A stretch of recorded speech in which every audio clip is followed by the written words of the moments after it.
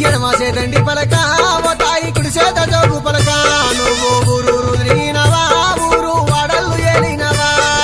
జోగుల రాణివమ్మ జోగుల అంబాబాయివమ్మ జోగుల ఆటలు ఆడినవా ఓ తాయి పాటలు ఆడినవా